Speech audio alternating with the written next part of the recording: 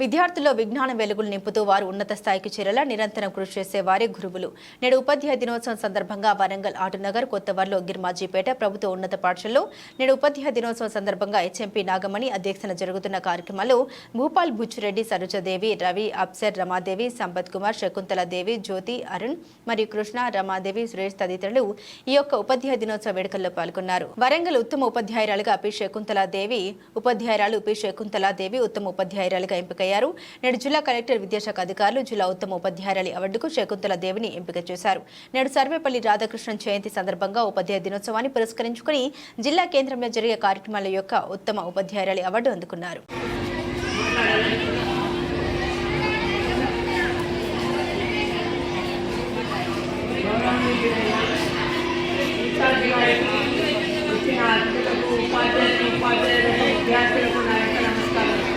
ఈరోజు రాధాకృష్ణన్ గారి సర్వేపల్లి రాధాకృష్ణన్ గారి సందర్భంగా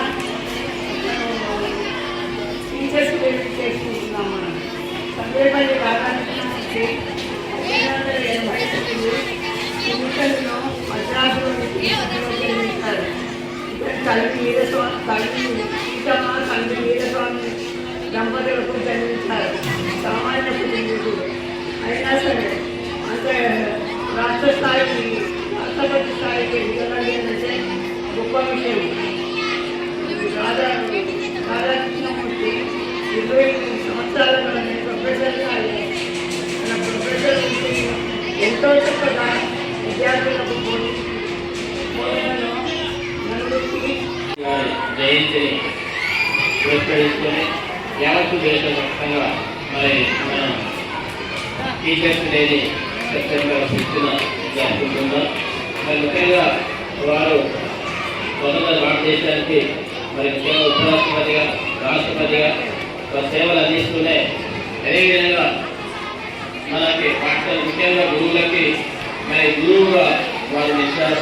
ఎందుకంటే బోధనలో బోధనే తన వృత్తిగా భావించి మరి తను చాలా యూనివర్సిటీలలో అనేక మంది మరి విద్యార్థులకి మరి వారి బోధనలు అందించారు.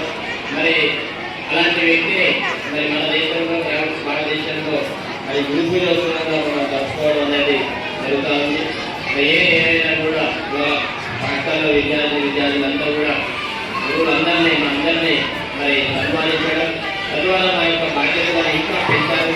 తప్పకుండా మరి చాలా పాటలో మరి సర్వేపల్లి రాధాకృష్ణన్ పూర్తిగా మేమంతా కూడా ఇంకా ముందు మరి ఇంకా మా బాధ్యతలను మరి ఇంకా పెంచుకుంటూ విద్యార్థులందరికీ కూడా చక్కటి మరి వారి లక్ష్యాలను చేరుకునేటట్టుగా విద్యా బోధన చేయిస్తూ మరి మంచి సమాజంలో ఉపయోగమైనటువంటి పౌరులుగా తీర్చిదిద్దేటువంటి బాధ్యత ఇంకా మా పైన పెరిగింది అని భావిస్తూ తప్పకుండా మరి వారి ఇచ్చినటువంటి స్ఫూర్తిని యావత్తు మా పిల్లలు ఎదుగుదలకి దాన్ని మేము ఖండితలు ఇచ్చేస్తామని చెప్పేసి కోరుకుంటూ విద్యార్థులు సన్మానించిన విద్యార్థులందరినీ కూడా ప్రత్యేకంగా అభినందిస్తున్నాం.